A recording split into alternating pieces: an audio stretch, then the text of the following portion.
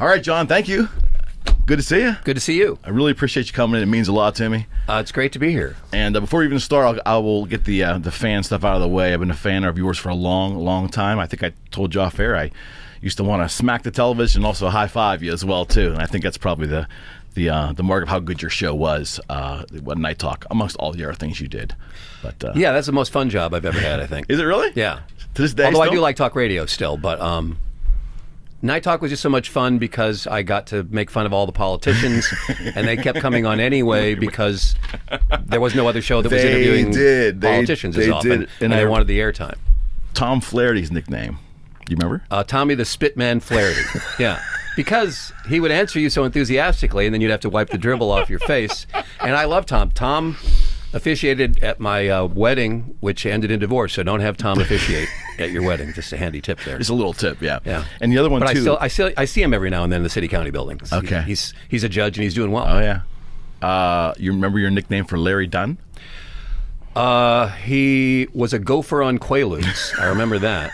He looked like a gopher on Quaaludes. That's exactly right. I can't believe you remember any of that. Yeah, I was a fanboy of the show. Yeah, and I have a friend of mine, Fred Koala, who did the guitar stuff with me. And Fred's a huge fan of yours, and he was hoping to be here today, but he had to work. Okay. He was thrilled because you were he said the most real. How did Fred put it, John? He said you were the most real pundit in Pittsburgh. Period. End of story. And in reality, outside of some of the talk show, how do you put it? Some of the talk show babble, probably of your contemporaries in that era, he thought you were the most real. You were the most real. That's a compliment. Yeah, Fred gives them out once in a while. Yeah. No, but I mean, I would prefer to be perceived as real as opposed to fake, and who wouldn't, I guess. Well, you know what? Let's if you don't mind, let's talk Not at all. about your past a little bit in regards to how'd you end up in Pittsburgh?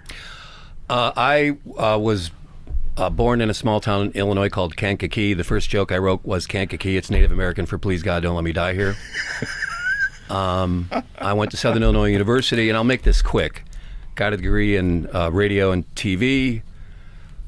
I ended up in Bismarck, North Dakota to do television news because a friend of mine from Southern Illinois had obtained a news directorship there. I left that station in 3 months to go across the street because they offered me, I was getting $9,300 a year to produce, edit, and anchor the 10 o'clock news and report during the day. Okay. And they offered me 14 at the station across the street to just come be a reporter. And I said, would you just please match it and I'll stay here? And they said, no, we'll give you 12 to stay. And I'm like, you really are an idiot. I've got to get out of here. You're a moron. Why would I? And they're like, well, loyalty. I'm like, well, you're the idiot who didn't have me sign a non-compete clause. I mean, that I can go across the street. Ouch. So I stayed there for 3 years or so. I did a lot of political reporting, got to go to the state capitol, and because there's literally nothing else going on in North Dakota. They talk like the movie Fargo. Oh, no, okay, real fine by. Oh, no, oh, yeah. So it's really like that. Yes. And Fargo is amazingly accurate. Eerily accurate. And love the people of North Dakota. Yeah, it was weird, too. I was just in my 20s, and we were...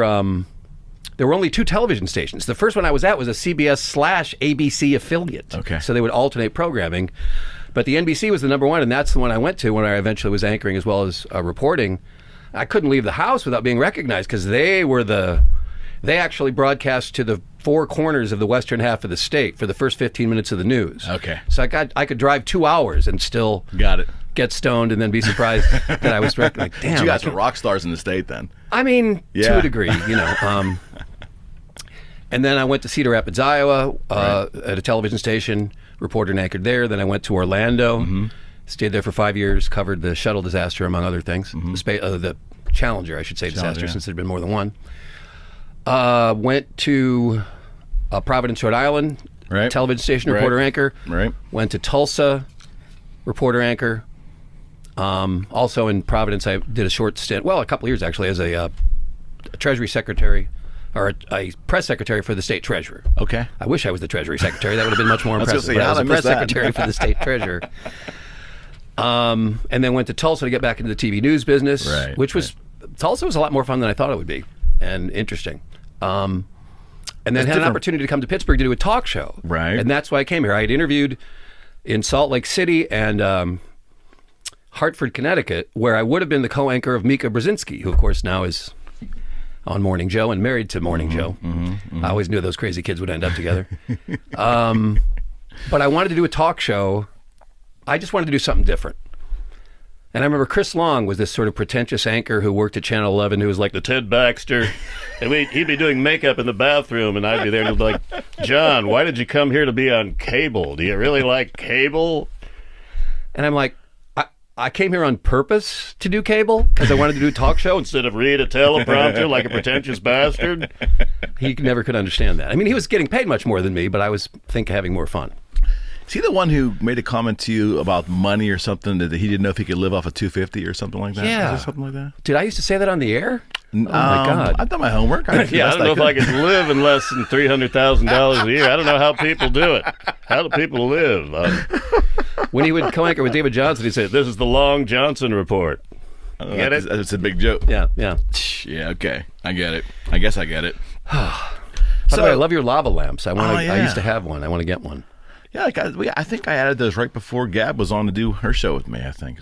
She might have been the first The lovely guest and talented to- Gab Banesso, who is on the next McIntire Dangerously Live Comedy Talk Show, March 28th at the Brillo Box, 7 p.m., along with Councilman Corey O'Connor and Rick Seaback.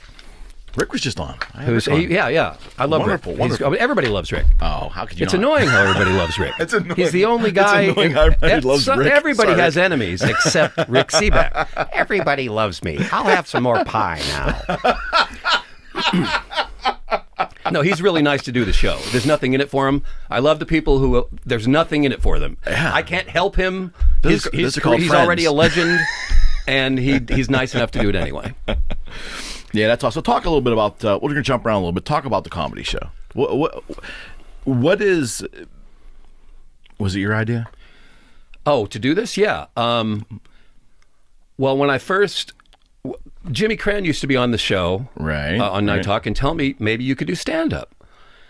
And I was petrified to try it. And he gave me the confidence to do it, along with a guy whose name is Matt Woforth, who's a local well-known comedian, but at the time called himself Buzz Nutley.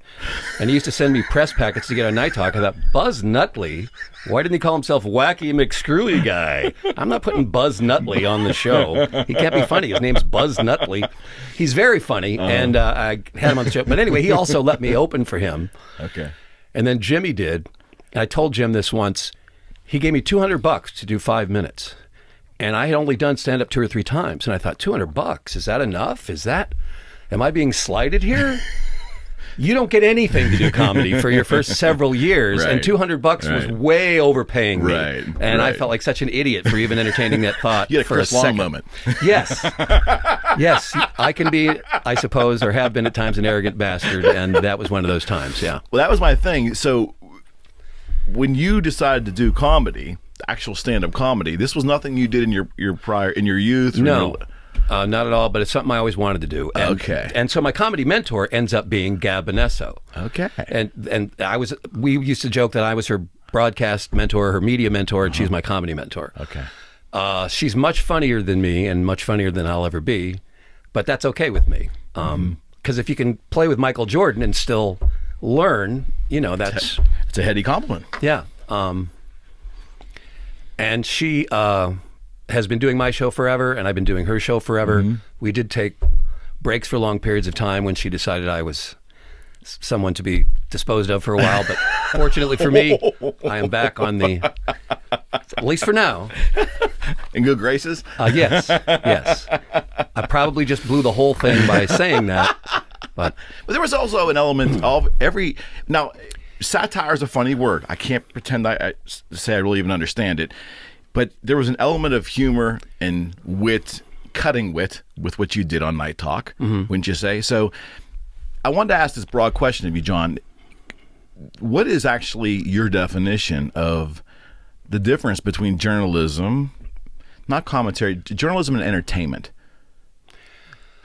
Back when I was a newsman, we had this executive producer in Orlando who'd say, "Places, people, places," and talk about it as if he was directing some sort of play. And I'd think, "Hey, dude, I'm a newsman. This isn't a show. I'm actually trying to do the news." So what's the difference? The question was, what's the difference between news and entertainment? Journalism Obviously, you're and supposed to entertainment. try to just deliver facts that matter to people, or that might matter to people, that perhaps should matter to people as a journalist and an entertainer. And as an entertainer, you're just trying to entertain them. And we have blended that together. I'm going to probably throw a date out there. I think it happened. Well, 60 Minutes has been around forever, but outside of this 60-minute thing, late 80s, tabloid TV, right around the time I think you started NightTalk, I think you kind of entered the pre-web era, right into the tabloid TV era. Would you say it's about right? I mean, Inside Edition came nationally, and I remember being in Orlando with a photographer of mine, and Maury Povich was one of the sensational talk show hosts. And if we were doing a story like restaurant investigations, look, there's a roach, we would always say, what would Maury do? And then try to hype it a little bit, because it was a hype sort of thing anyway. If it was a sweeps package, you were supposed to. My news director in Orlando would say, okay, what are we going to blow out of proportion today? And he'd be like, I'm not kidding. What are we going to blow out of proportion today? Now, he didn't mean don't tell the truth, but he wanted some excitement and that's coming through the screen. And that happened. That was, I'm throwing an air out. I think it was late 80s. I think that was late 80s, actually. We took, for me, technically, specifically. Didn't we take newsworthy things in society and then turn them into entertainment? And now we've made a whole industry of it. Now, I mean, part of our entertainment period is just sensationalizing the news. Wouldn't you say? I mean, most of the cable networks, they run 24/7 because there's an audience for it. And I think I know that CNN is now bastardized according to the Trump point of view as fake news. I think most of the time they still do a pretty good job. I think they're fairly down the middle. I think they're boring, and I think that's a good thing. I think Wolf Blitzer is the most boring broadcaster I've ever seen, and he's one of their centerpiece guys. Yeah, well, news is supposed to be boring, right? I don't know if it is or not. Cronkite knows, I mean, pure news, I would think so. I mean, unless you editorialize it. I mean, Cronkite. Well, that era. I mean, I have to go back that far, because even Dan Rather got sensationalized later in his career. He bit into the forbidden fruit too. It just seemed like in terms of changing. Richard Nixon said, "Are you running for something, Mr. Rather?" And Dan Rather said, "No, Mr. President, are you?" That was a big deal then. No that would be question. nothing now. I know. That would be considered. That's interesting. Wouldn't even get any notion. That's interesting. Oh, that was like, woo. I remember. Yeah, as a little kid. I remember that. Yeah. So it's changed a lot, though. I mean, and I guess that was my overall point. It's we have turned what was typically just a newscast, that material, into entertainment. But if you still look at any of the network news, I feel like they still are doing the more or less the straightforward, you think? Straight ahead news. Yeah, like CBS, ABC, NBC. They only have 30 minutes generally there, right? Yeah. And obviously the opinion people on the cable networks are having hopefully entertaining or interesting opinions, but they're free to sensationalize, theoretically. But look past the news. Maybe the actual news shows were not the point.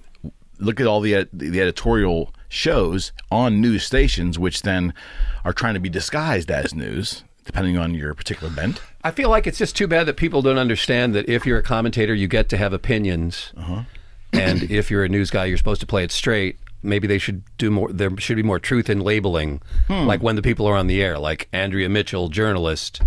Although it is weird for her, because she's been a straight down the middle journalist all her life, and there are people who criticize her, because there are people who criticize everyone. Nobody's perfect. Absolutely. But since she's on MSNBC, I feel like she feels like she can step out of the box a little bit and maybe not have an opinion, but maybe have a little more of an opinion that she would have normally had during the regular course of her broadcast career. What about? So she's uncomfortable with that, but she dances on the line. This is my opinion. Because she has to. Do you think she should? Because she was trained to be neutral. Right.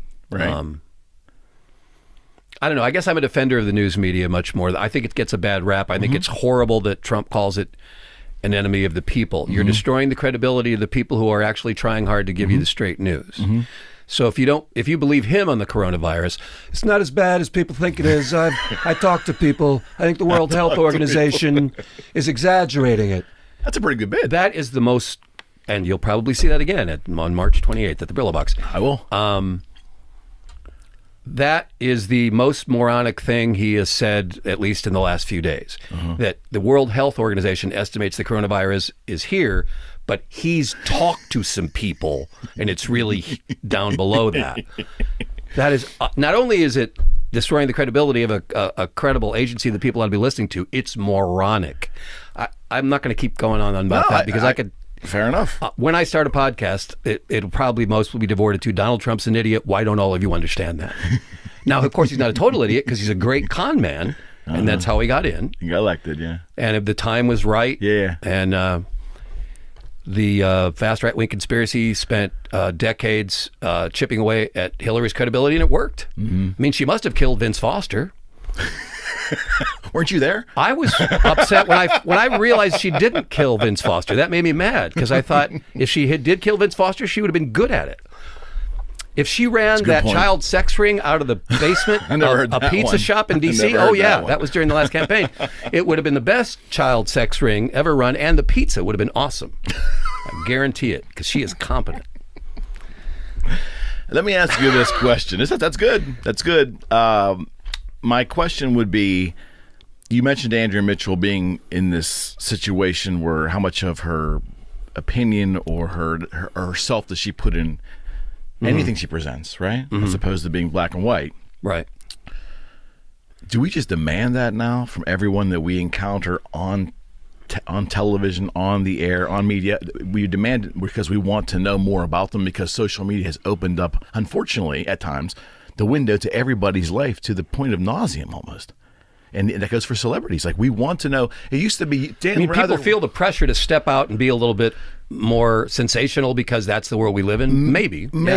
Yeah. But are we just demanding that of people like yourself, public figures who are in the media? Do we now have a right to know more about you because we have the venues to go find it or go search it? Oh, I don't know. If you're going to be a public figure, you got to put yourself out there and let the chips fall where they may. And if you don't want to be a public figure, then go in the basement and hide. You'd be much safer. You won't get the coronavirus. I guess I didn't. Yes, I would agree with you. My question, though, is, again, and I'm not wording it right, John. I'm trying to say that because of the vehicles like Facebook and Instagram and Twitter, so these social media platforms, also with the growth of just the technology, the web technology, are we now in a culture where we just expect to know, or we have a need to know, or we want to know, because it's on demand, right? Google anything. Oh, I have a need and a right to know everything.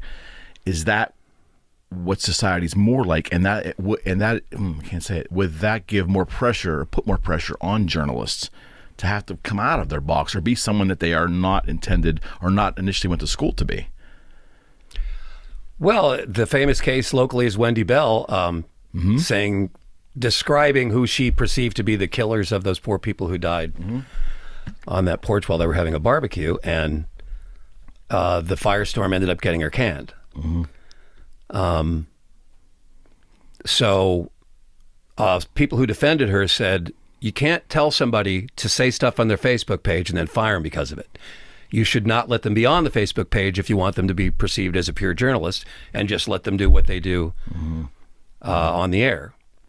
I can see the pressure, but of course, television stations want ratings. They want popular personalities, and they want you to interact with people through social networking. So I get it.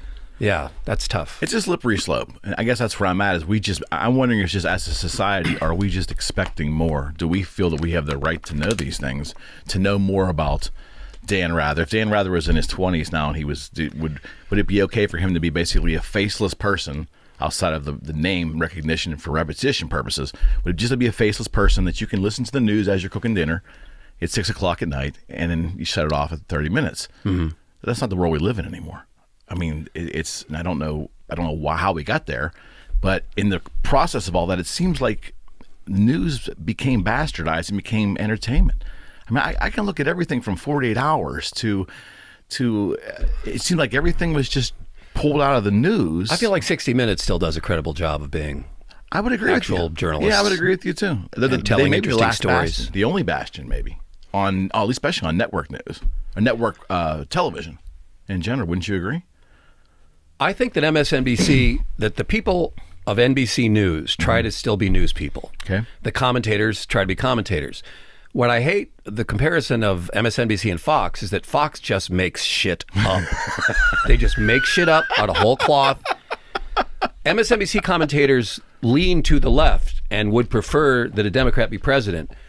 Fox News hosts are sycophants. They are by the book, true believers. Whatever Trump does is golden. Trump is Jesus. Where does CNN fit in there? Is CNN in that middle? Because Trump has labeled them as fake news. Jim Acosta is a particularly combative White House correspondent. I think he's a little over the top sometimes. I don't blame him, because if somebody says you're fake news, you're going to like, fuck you, I'm not fake news. I'm trying to do a good job. Oh shit, now I hate you. Wow. How am I going to keep the appearance of neutrality when it's clear that I hate you? But I think CNN still tries to play it down the middle. Like with boring people like Wolf Blitzer, with notable journalists like Anderson Cooper. I know I may be in the minority in that opinion, because everybody hates the news media now. Trump has successfully turned people against the news media, which I think is a tragedy and a travesty. Well, he's redefined what the news apparently is to a good portion of the population now, wouldn't you say? Using the word fake, or just even discrediting it. And how are you supposed to find credible information if you think every single source is suspect and full of shit? And I think and you do that because the guy who's lied more than any other politician or maybe human being in the history of time tells you that they're full of shit, not me. The bigger question is, why do so many people believe that, though? And that goes back to the entertainment thing. Trump was an entertainer, and now he's the leader of the free world.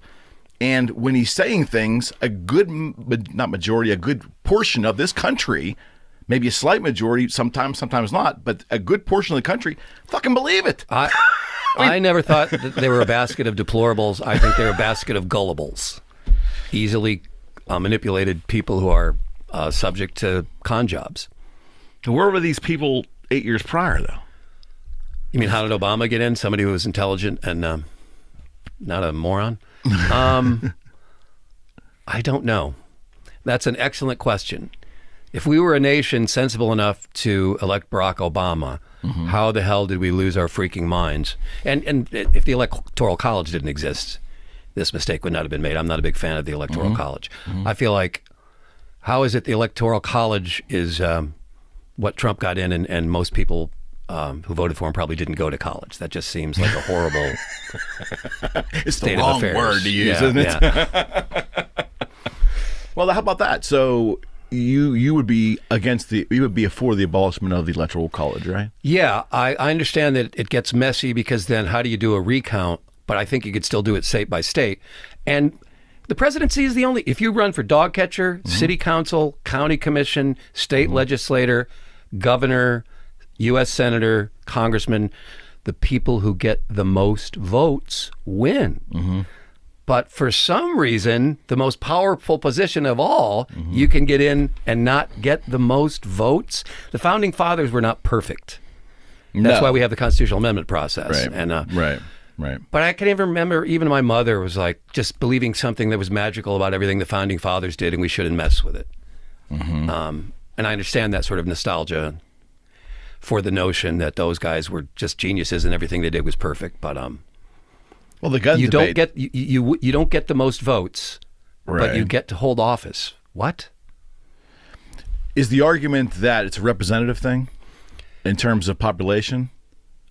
Well, there are a lot of people who argue that the U.S. Senate is ridiculous, because in North Dakota, you get 2 senators and there's 600,000 people there. And what is there, 30 million people in California, and they only get 2 senators? That seems a little Rhode Island screwy as well. Yeah. Yeah, the representative thing, I don't understand. I think Rhode Island has like 1 million people. They have more than North Dakota. I only know that because I live in both true? places. Yeah. Is that true? Yeah. Wow. Even though it's a small state. Okay. Loved Rhode Island. I still go back to Rhode Island on vacation sometimes. Great place. Yeah. Providence. I'm familiar with it. They got better weather than us. They shouldn't. They do. Really? I thought they had more snow, at least when I was there. Well, maybe it's all relative. To me, less gray skies than Pittsburgh. I'm a big winter wimp. I hate winter anywhere in the north. I love Pittsburgh, but I hate winter. Yeah, the gray skies are tough, John. They're tough. I'm sorry, they're tough. I have a hard time with it. There are so many places I'd like to go with you here on this. KDK News. You went back there for a couple of years, and you're no longer there. Is that KDK right? Radio? Radio. I'm sorry. Yeah, That's all right. No, I still fill in there. They haven't called me in a couple of months, so I don't know if that means anything. But I worked there full time in 2006, and then we went to a failed CBS experiment called The Zone, which only lasted 6 months. What was The Zone? Gab Benesso was my on-air producer, Okay. partner, and she did a fantastic job. We had Scott Paulson in the afternoon. You know, Yeah, I okay. still keep in touch with Scott through Facebook. I remember. Huge talent, big name. Right. It was called The Man Station. And I remember now. that was obnoxious and just stupid, I thought. I was told the idea wasn't that we could ever beat out DVE, because that's impossible, but if we could just get some of the young male demos. So I know Gab told you about Gab Benesso's Sex Sounds of the Summer. That was my idea, but I just thought, if we're trying to get young males, let's be juvenile and let's be somewhat Howard Stern-like. Yeah. But it was her idea to come up with the Kinkersons, where Dave and Lois Kinkerson wanted a threesome, but Lois didn't want to let anybody else in the bed, so she made Dave do impressions. So it'd be like... Kinkersons. Yeah, the Kinkersons. She's like, and you could do impressions, and we could call it the Kinkersons. I'm like, yes! That's genius! Now, she later regretted that because it was obnoxious and juvenile and annoying. But it'd be like, hello, Lois. It's a beautiful day in the neighborhood. Oh, there's a nicely trimmed bush in the neighborhood. Are you ready? Because here comes Mr. McFeely. I do that on stage sometimes. Sometimes I get laughs. Sometimes it's like, hey, don't you touch that man. I remember I heard some people at QED at the time when I was doing that on the radio with Gab were mad at me. Really? Just because, yeah. And I never could get Fred Rogers to come on Night Talk. Oh, I'm so surprised. He gave me, I know. I later thought, yeah, he watched it once. He's like, I'm not going on that show. That show is beneath me. And that man is well beneath me. And I'm not going on that show. But Mr. McFeely would come on. He'd say, Speedy Delivery, look, I got a trolley signed by Fred Rogers. Which later is either in disappearing ink or the sun just wore it off because the autograph disappeared over time. But I gave the trolley to Gab, actually, and it's in her. Oh my God! Lovely Your impression abode. game is on. Yeah. That's good. That's good. I'm impressed. I'm impressed. Pun intended. Anyway, I would like to issue a public apology to Gab for doing the Kinkersons, but remind her that it was her idea, and that I still think it was funny. Okay, so talk about that. Why do we have to preface that anymore? What is fun anymore? And what are we allowed to talk about? Oh my God, there's so many, and I'm not even going to say them, but there's stuff I won't do anymore that I did, and I've only been doing it for comedy for 10 years. Mm-hmm. And I have a long way to go. Well, there's a lot of hypocrisy, right? I mean, Saturday Night Live has been involved in a couple recent firings and also some guest hosts. They've welcomed some people back who have some interesting pasts, who are very popular. Right. And they've also heard that some people said things many years ago on a tweet or something. And I'm not a big fan of the cancel culture. I was just watching Bill Maher last night criticize the cancel culture for getting rid of Chris Matthews. Yeah. Which what I agree happened with. there? Do you know what happened there? Apparently, he said, ha!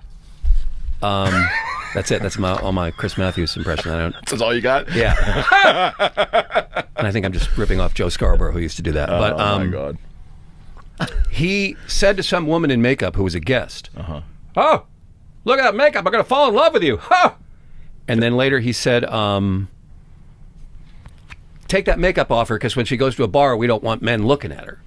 And she wrote a piece saying she felt uncomfortable and horrible. And on the Mars show, they were ridiculing her like, oh, really? That threw you that much that he was flirting with you and thought you were attractive? Because he didn't touch her. He didn't proposition her. Mm-hmm. He didn't say, nice gazongas, ha! You know. Mm-hmm. And even though I do agree that you can't say stuff like that anymore, and we all need to realize that. Why? Why do we all need to realize that? Because of the cancel culture. The cancel culture will get you if you don't watch out. So that's the reason why. Yeah. Or is the reason why that we've evolved as a people? I do. Well, it's the same old argument, or it's easy to see both sides of the Me Too movement. Mm-hmm. Joe Biden was creepy when he was sniffing women's hair, and he needs to not do that anymore. But I don't think he should not be president because of it. Donald Trump was grabbing people by the pussy. There's an argument that maybe he shouldn't be president since he's such an obnoxious fool. That's an argument I would make, but obviously millions of people didn't agree with me. So I'm all for being more respectful of human beings in general. I'm all for men stopping being creepy around women and saying inappropriate things. Absolutely. But I'm also for a degree of common sense that says we don't kill everybody because they did something that was inappropriate. I'm not going to do... I did a bit that I will never do again called Asian Yinzers. there are some Asian folks who run a sports paraphernalia shop in the Strip. And they're not going to do the cheesy accent. But I would do the cheesy accent going, oh, it's slippy out there. You know what I like? French fries on a coleslaw on a sandwich. But do the cheesy Asian accent. And it was, it's disrespectful and horrible. But it used to get laughs. Now, I'm not justifying anything just because it gets laughs, therefore you get to do it. I'm so confused. Even as I'm not the furthest thing from a comedian, John, but as a consumer of comedy, I don't know what's cringeworthy anymore and what was fucking funny. Because I will tell you, I can listen to the Eddie Murphy stuff, and I can go back and listen to Richard Pryor stuff in my car with the windows up, so I don't offend anybody, but really enjoy it and laugh my ass off. But I would never go out and say those things to people because I don't want to hurt anybody. But I don't know what we're supposed to do anymore. I feel like if you're performing, you just have to hope for the best and and try not to screw up. And this is the field you want to go into, comedy, right? Well, no, I'm still doing like 80 or 90% of what I want to do, I think. I get it. I'm not. I get it. There's nothing I'm dying to do that I can't do anymore. Yeah. And you're still edgy. You obviously still have your edge. Definitely, yeah. But it's for folks like you, that has to be even harder, though. It has to be even harder. It has to be hard. You don't ever... If you're writing material, let's say you're writing material for your stand-up, for your show, it has to be different than if you were doing this 25 years ago. It has to be. It is. Even a few years ago for me, I would just write the first thing that popped into my head that I thought was funny, look at it again later to see if it was funny. Now I write the first thing that pops into my head and think, yeah, you can't say that because somebody's going to think such and such. And that's the problem. Well, but maybe it's good. You know what I mean? Maybe it's better that maybe it makes me work harder and hopefully get funnier without being totally obnoxious. I know what you mean. I respect what you're saying. I want Lenny Bruce to be Lenny Bruce. Gab will say, oh, but if I say this, I don't know. And I'm always telling her, no, do it. That's funny. We just had a discussion the other day about that. Please do that joke. That's funny. Don't worry about blah, blah, blah. But she has to work, that's up to her and how she wants to be perceived. And I think that's where it comes down to is personal choice and certainly how you want to be perceived and what's your reputation. I get all that. I do. And you have a right to do that. Pros and cons. But I just did a show with her at the Brillo Box not long ago, and I was told that somebody in the audience, and I was doing some political comedy, or attempting it anyway, and they're like, well, men talking politics, because another performer had been up there also talking politics. Men talking politics. And I thought, wow, is that... because the worst person in the world is a white man, and we all deserve to be killed, or at least get the coronavirus. And I'm not suggesting that the history of the world doesn't say that white men aren't morons, because first of all, I think the white man in the White House is the biggest moron ever, and secondly, if you blame the state of the world on the white man being in charge, you should. And the world sucks, so I get it. But I mean, I hope we still get to have opinions and do political comedy. Sorry, didn't mean to comment on something that you think I shouldn't because I'm a white man. Yeah. We and the woman comedian who got up on afterwards said, by the way, regarding what that man said. Really? Not the previous comic. Really? Yeah, that man. How about that? I wanted business cards, John McIntire. That man. That's a good idea. Because I'd said that Trump, he's a credibly accused rapist, in my opinion. The woman he allegedly raped in a clothing store dressing room now wants a DNA sample. That's still an active case. And I feel like, of course he did it. He grabbed her by the pussy. Of course he raped her. How is this surprising to anybody? So I mentioned that, and she said, well, that man said that, but he was also accused of raping a 13-year-old. And I thought, oh, you mean that man didn't detail his entire sexual history? Like there's a dozen other people, too. I only got 10 minutes here. Got it. This isn't a court of law. Got it. So, and that goes to my next question. Yeah. How the fuck do we become so offended? See, and let me tell you where I'm at with this. Sure. It just indulge me for 15 seconds. Yeah. You can't offend me. I can assure you, I've worked hard in my life. You cannot offend me. I like to laugh. Now, if you're displeasing me after a while and you're wearing me out, I'll just leave. But I don't wear this this offensive nature about myself. So when I see people getting offended for pretty much anything, I don't understand it. No, it's annoying. People are just looking for it now. They're looking. They want to nail your ass. How'd we get there? I don't know. How'd that happen? Social networking. I mean, obviously. You think? Yeah. Everybody's a pundit. I miss the days when only those of us who got up and said things Because he was one. were allowed to have A lucky opinions few. or had their opinions publicly. Now, don't get me wrong, that's selfish on my part. That's ridiculous. Everybody should be a pundit. Everybody's capable of gathering information and having an opinion. But I don't know. The problem with social networking is it makes people think they have something interesting to say. It leveled the playing field, that's for Yeah, sure. At least not everybody does conceptually. have something interesting to say Well, or worthwhile. It gave a voice to everybody. And I always say this too, which is, I shouldn't say it, John, but I say it. They gave a voice to some people that probably don't need to have one. You know? I'm sick of the Bernie Bros. What? The true believers who love Bernie Sanders, the Bernie Bros. Oh, yeah. They are as obnoxious on the left That's the other side. as people are, as the obnoxious people on the right are. And So you're not a socialist, right? Whatever that means anymore. I wish people understood that democratic socialism isn't socialism, That's correct. and they wouldn't discredit Bernie Sanders for that reason. But because Right. so many people do think that way, I don't want him to win because I want anybody to beat Trump. Period. And if Bernie gets the nomination, I will happily, well, not about happily, but I'll definitely vote for him. But the Bernie Bros are now busy telling the black people in South Carolina that they're too dumb to know what they're doing. That if they were smart, they would have voted for Bernie, but these young white males in their 20s want to inform the older black voters in South Carolina that they screwed up by voting for Joe Biden if they weren't such idiots. I had a Bernie bro I know text me, "Black voters are idiots." There, I've said it, and I thought, Wait, what? yeah, who's a Bernie bro, true believer, and I just thought, how arrogant can you possibly be to not? You don't think these people have had a lifetime of experiences that inform their point of view? Absolutely. They want Joe Biden. They can't come to grips with the fact that not everybody loves Bernie, and Bernie isn't Jesus either. Yeah, that whole Sanders culture is different, huh? It's a I've different been thing arguing going with people on Facebook, and I've got to stop Yeah, because it never ends, and they're not going surprised to you would convince do me, that. and I'm not going to convince on. them Surprised you would do that. because they say ridiculous things You like think? just that are so untrue or Does exaggerate. the truth matter anymore? I know that's terrible to say that. Does it matter? The last show I had Tony Norman of the Post-Gazette is awesome, outstanding columnist, Gab, and Bill Peduto, Mayor Bill, who's nice enough. Here's another guy who's nice enough to do my shows and gets nothing out of it. He's a friend, again. Yes. But I asked Tony if the truth still matters, and I forget exactly what he said, but he gave some lovely, yes, the truth matters, and truth, justice, and the American way, and if we hang in there, it's all going to be okay. And Gab was like, oh, Tony.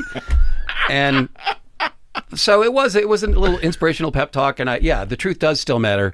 How we convince millions of people that the truth still matters, I don't know. And that, therefore, they should not favor Donald Trump because he lies constantly, and the truth has never mattered to him and never will.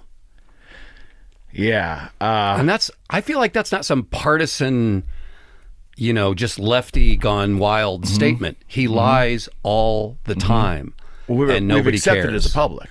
We've accepted that as the norm. Right. We've made that somehow acceptable. That's why he has And it to goes go. Back, and that goes back to the truth in general in society. Because I believe this, and I've believed this for most of my adult life, that I have watched dyed-in-the-wool Republicans and Democrats, some of my own family, who would fight to the death just to be right, to prove that they're right. And you can show the following. Try to, as a young person, you do the intellectual argument, right, John? You say, okay, the Democratic platform in 1998 is this, and the Republican platform in 1998 was this, and here's the tenets, and here's the tenets. And you try to argue or express how ridiculously controversial each one is, but no one wants to talk about the facts. They'd rather pretend to be right. True. Am I right? They would rather pretend to be right to feel better. They really believe insist that they're right, and they insist that you're an imbecile. If you don't agree with them, you've got to be an imbecile. That's the difference between 98 and now. Now it's almost militant. They'll do if you. I think we're afraid to admit that we're wrong as a people. Oh, bullshit. I totally reject that. And I'm absolutely right. I'm kidding. See, I was right. But yeah, no, I agree with that. More than ever before, we're afraid to admit we're wrong. And what's wrong with a sincere apology that's real and just turning the corner and moving on? We can't even let people do that anymore. True. You know? Yeah, never forget that he or she did such and such, right? Yeah, that's not helping society any. No, it's ridiculous.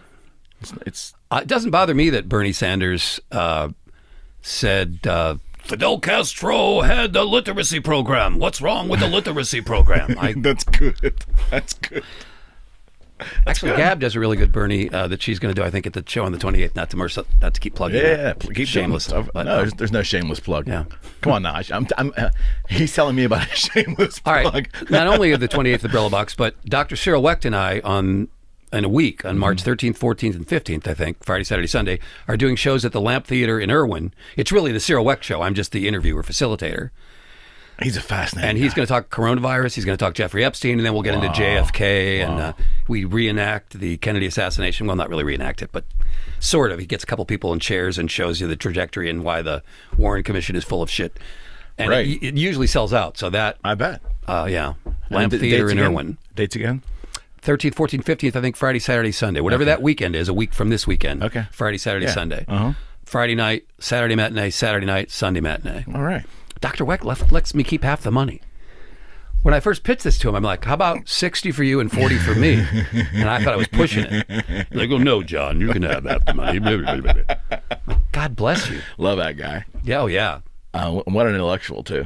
He's just a great guy to hear talk. You know, just like, I Yeah, can sit and listen to him sit and speak listen to him talk for, well, I do sit and listen. I literally get paid to sit and listen to him talk Yeah. for hours. Yeah. Why are we, so back to this question, 'cause I want to keep nailing you on this. Why are we always so willing to fight? Why are we so willing to go to... Why become this hyper Yeah, polarization? we're like to go to 1 to 100 in like a second anymore now, emotionally, as a people almost. The honest answer is I don't know, but I think I've become that way to some degree because I think Trump is such a threat to democracy and truth that if you support him in his lies, you are enabling the destruction of democracy and the enabling the irrelevancy of truth. So And if we don't have truth, then what do we got? Do you think there's a portion of people that support him that take all that bad and they say, well, you know, I'm killing it at my job. I have, Right. cost, And they were life's not well, hard. okay, like Life's you- not hard right now. Like you, they were sick of politically correct. I don't blame them. Throwing democracy and truth under the bus as an alternative isn't a good idea, in my opinion. Yeah. But they were sick of, you can't say this and you can't say that. That motherfucker can say anything he wants, apparently, So without consequence. So do you think it really has to go back to, at some point in time, the past 20-some years, we really became like 1 or 2 issue voters? Really 1 or 2 issue voters? Where someone grabs onto their guns or they grab onto some other, or abortion rights and whatever it is. That's now like the number one driving force of that person's, not just their political vote for that voting season. That's how they fucking live. Certainly all that, over that social constitutes media. a large portion of the voting electorate, but I think that people are still assessing the human being. Unfortunately, incorrectly assessing Donald Trump. I hope we're trying to do that. Yeah. Barack Obama was very likable. Gab got really mad at me in 2008 when I switched from Hillary to Barack, but I'm just like, this kid's got talent. He can win. I want to win. And then, I want to win, damn it. And I foolishly said that in 8 years, Hillary can win and she'll be president, so don't worry about it. I actually thought I was a prognosticator until it all came true, until it all came crashing down and wasn't true at all. Huh. I don't think it's I had Dr. Conti on, a fascinating guy, and he talked a lot about the book he wrote, which was How to Deal with Anger, and I apologize not having the name off the top of my head, but he got back to this one point that was pretty astounding. He said that we live in a culture, John, where people take everything to the extremes. Like, even in our verbiage, there's this very dramatic amount of unnecessary verbiage in our conversations, even with each other. And if one little thing goes wrong, it's a catastrophe. And he didn't know if that was something that happened generationally over the past 2 generations. He wasn't really sure, but it's not helping the dialogue. You know, if you gave the example, if your car broke down, if you got a flat tire, that someone can say, oh my God, I got a flat tire, and I'm not going to make it to work, and I can't do this, I can't do that, I'm going to lose money. Just get the fucking tire fixed.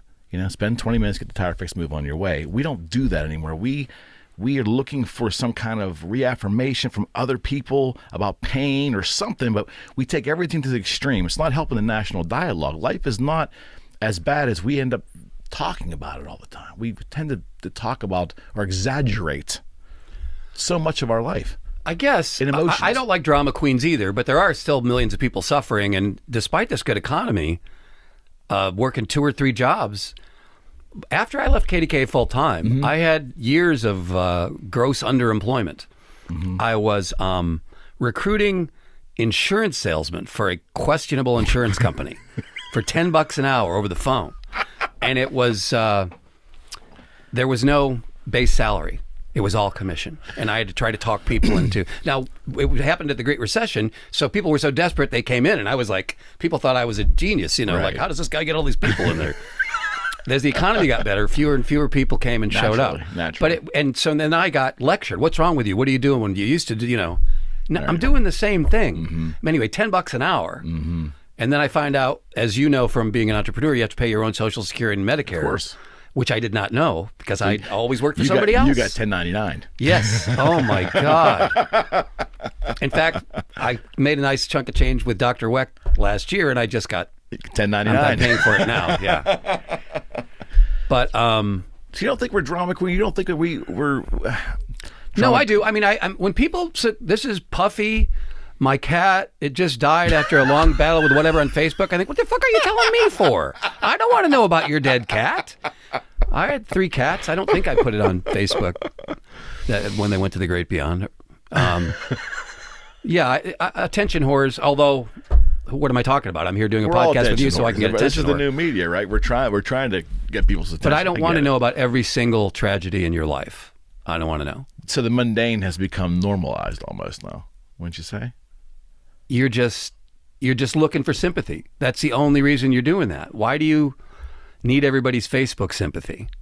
And that is there's a broader That's the question kind of attention there. I don't want. There's a I'd rather broader question suffer there. in silence. When my dad died, my boss at Channel 11 was like, "Do you want me to tell people?" Like, no, because then when they walk down the hall, they'll pretend that they like me and offer condolences. Isn't that the truth? And they don't fucking Isn't that the care truth? about me at all. That's the truth. I'm just the cable guy. That's the truth. And I don't want it. I don't want that phony sympathy. Please don't tell anybody Interesting. my dad died. Interesting. Yeah, and I think that there's a lot of. Yeah, there's a lot. It does go to sympathy. It's beyond just look at me. It's beyond that now. I think we're really looking to gather emotional equity from people, and I don't get it.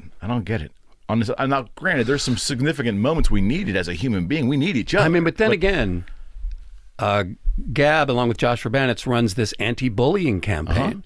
They go into schools and do stand-up comedy and music about bullying is a bad idea and how to cope with it. Right. And when I hear her stories, there's tens of thousands of kids who are suffering real pain Every day. who need. Every day. How come bullying got normalized too? I feel like adults are still like, that just happens to you and your kid. When I was a kid and I was bullied, which was not very often, fortunately for me, I always thought, why don't adults do anything about this? I don't get it.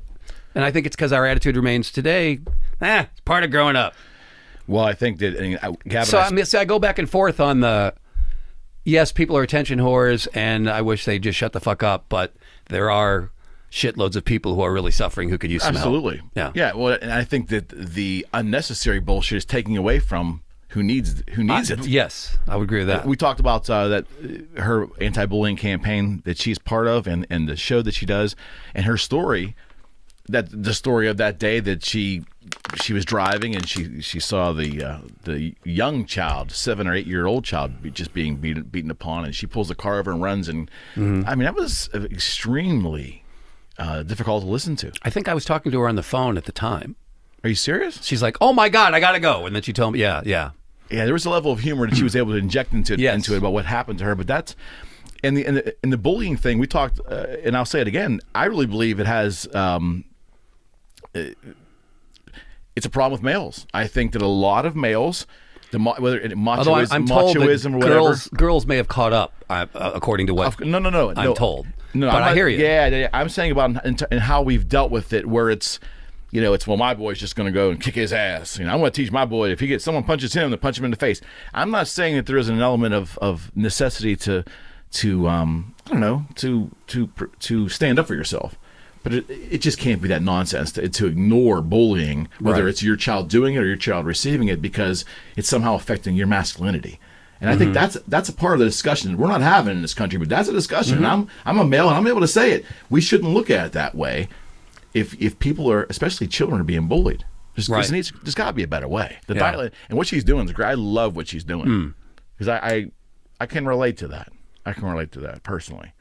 You know, I can. But being bullied or bullying? But being bullied. Okay. Yeah, and then wanting to be a bully, you know, when you're young, because you're getting bullied so often. No, I do remember that. I remember being bullied and thinking, well, who can I bully? Yeah, and it was a self-fulfilling prophecy. It just keeps, it's not helping. It's taking things, the more we permit it, it's just taking the whole thing in a different direction, and it just keeps growing. And it's something I think, especially that schools can get a better grasp on. I think they are, and I can only speak from the Moon Townships and the neighboring schools here, but you know, my kids, last 10 years, I just had a child graduate, and I have a junior now. And it's amazing how, with Moon School, how much they appear to really know what's going on. And sometimes it's a little over dramatic. You know, you learn more than you want to as a parent, but they seem pretty sensitive to it now. And I'm glad for that. They have to go through active shooter drills, for crying out loud.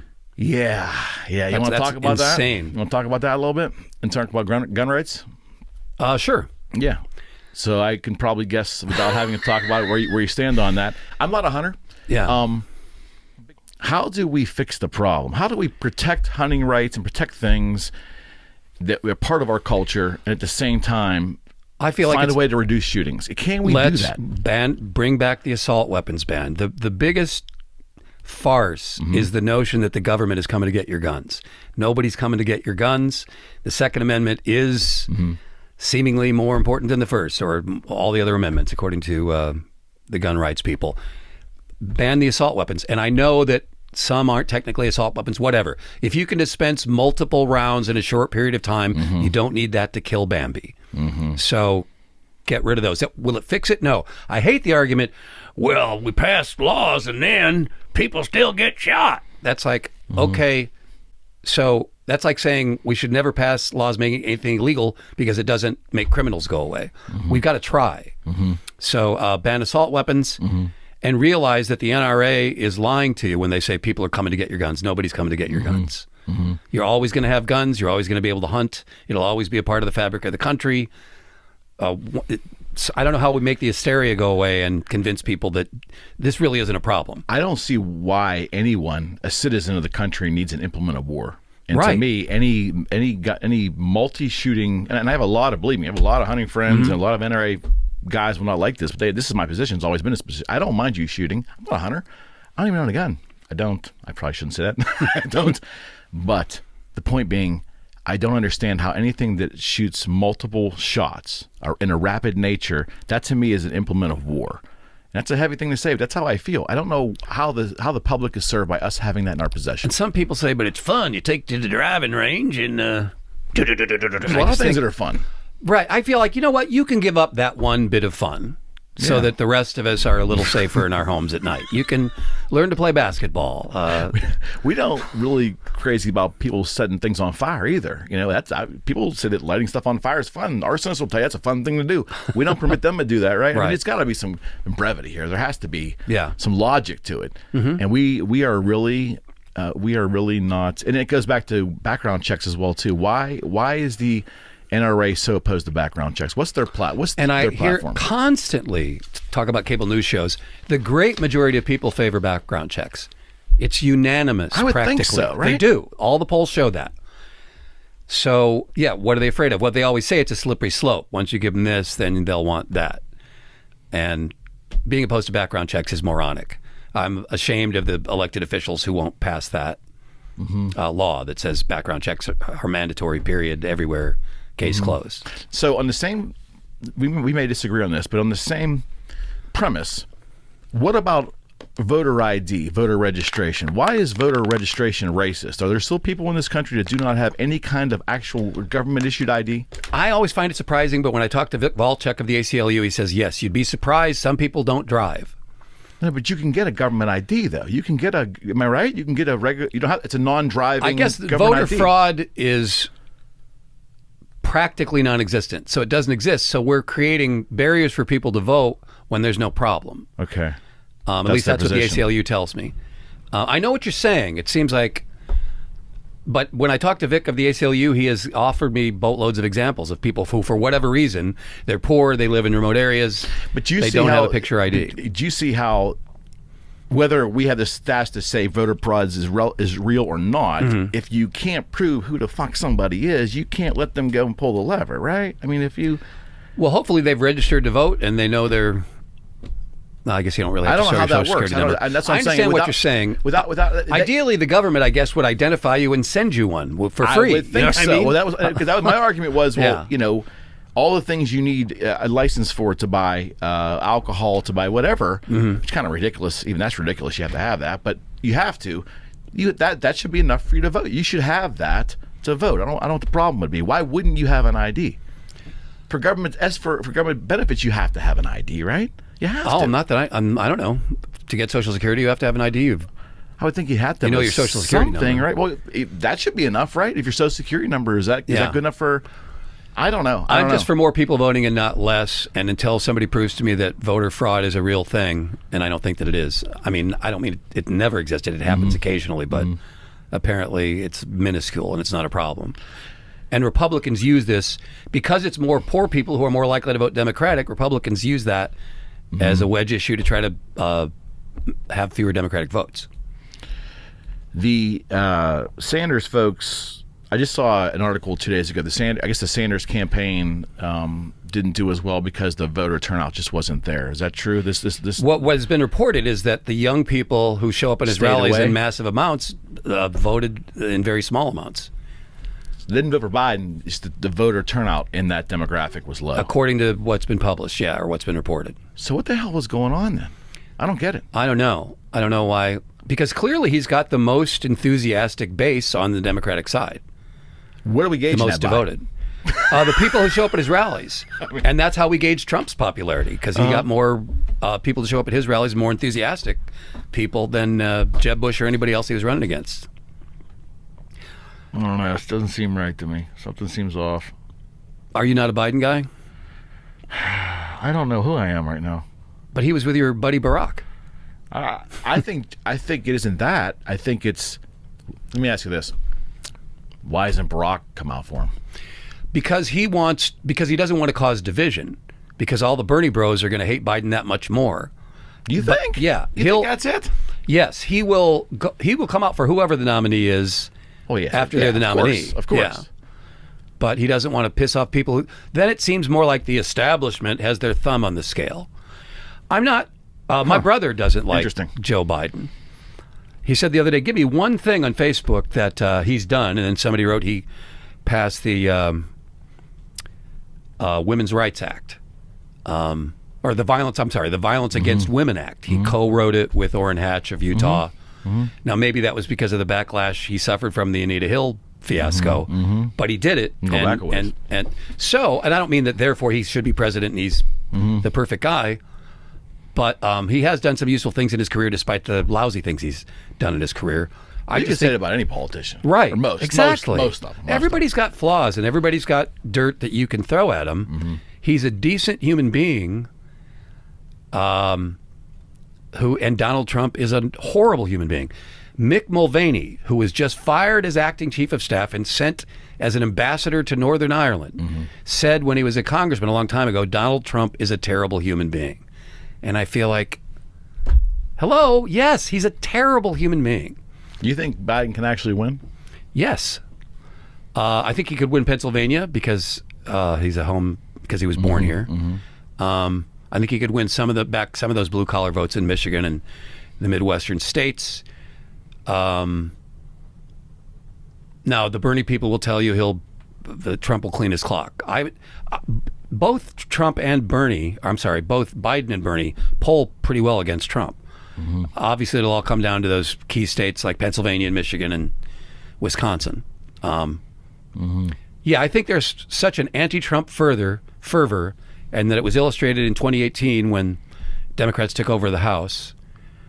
But people like Connor Lamb is why they took over the House, and Biden is more like Connor Lamb than he is AOC. And even Alexandria Ocasio-Cortez said yesterday or the day before that she will back Biden if he's the nominee. I'm like, thank God you're a grown-up. God bless you.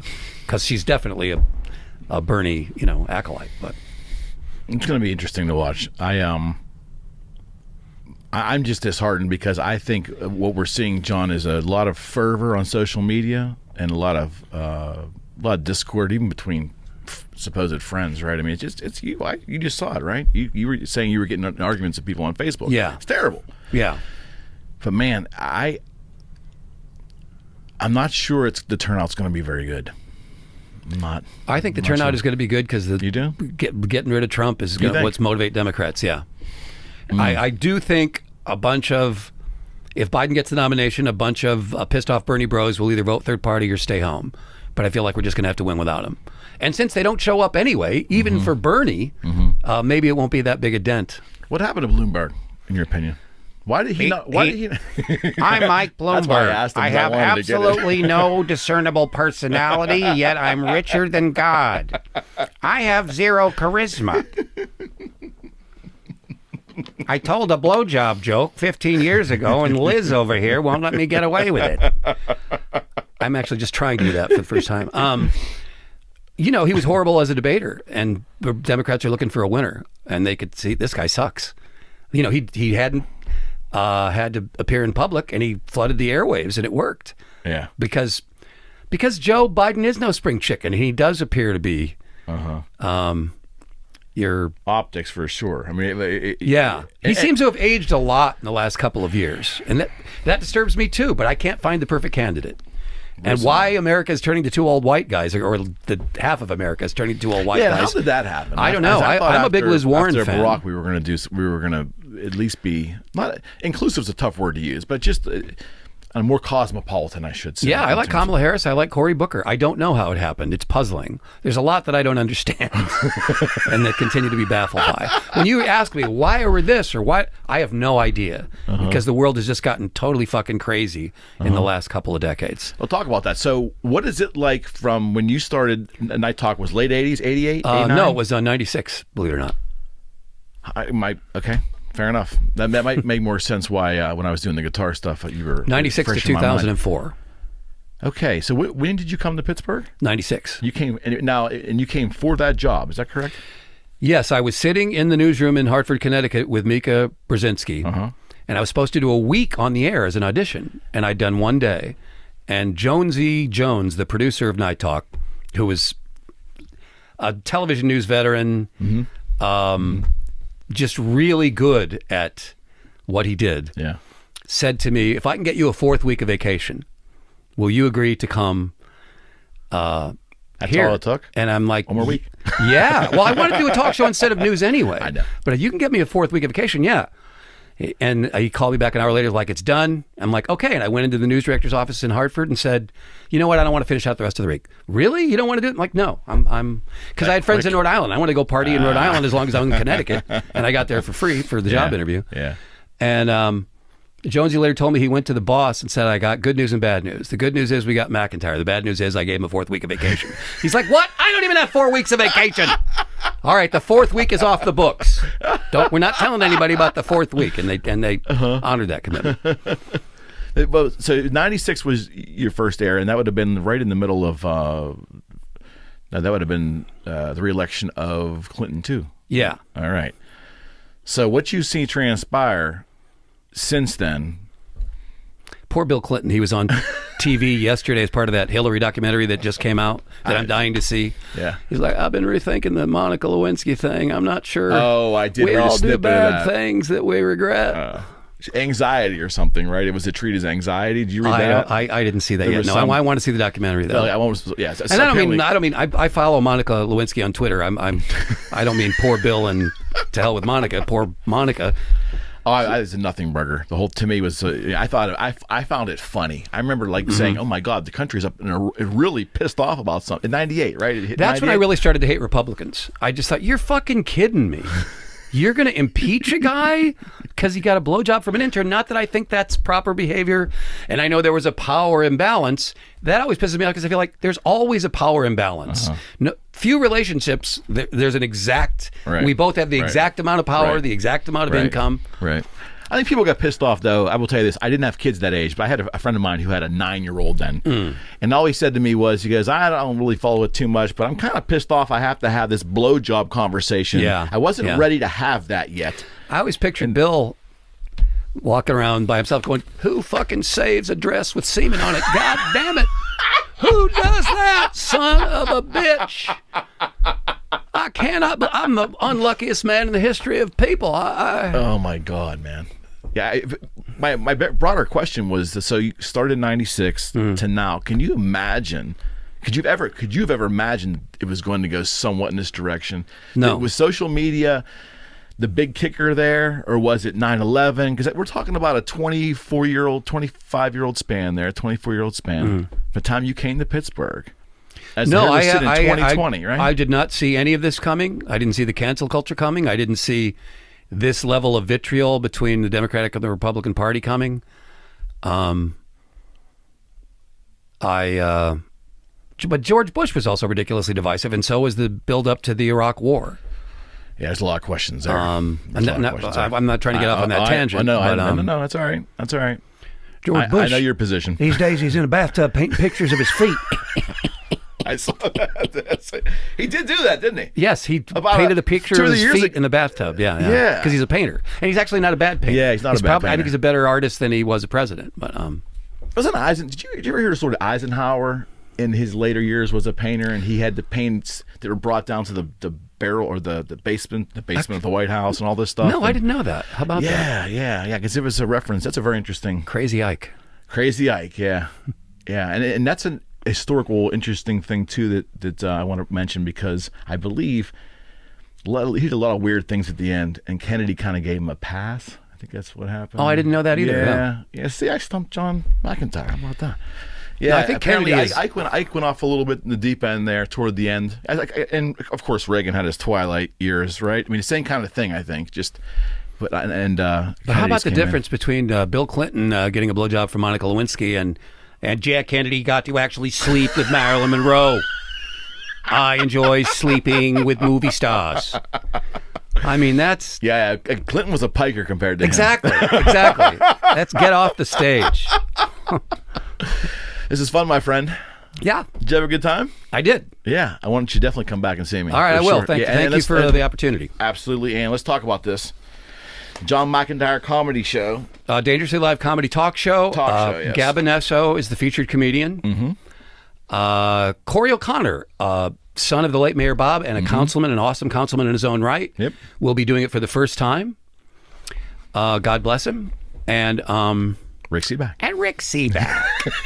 It's pretty good. Nah. When I try to do Seaback, I'm really doing Joe Biscopo doing Andy Rooney. So it really isn't. Do you remember that? Yeah. Did you ever notice? Yeah. That's a good way to lead off your show. Did you ever notice? He was brilliant, wasn't he? Andy Rooney? Yeah, I wanted to be in it. Well, the scintillating commentary, which I used to do on Night Talk, was in part inspired by Andy Rooney. Really? Yeah, because he was funny. It was commentary that was funny, which was what I was attempting. Him being really funny, though. He was. I mean, toward the end, he was. Yeah. Not doing so well. All right, my friend. All right, man. Thank you. Awesome. It was great to be here. We are out.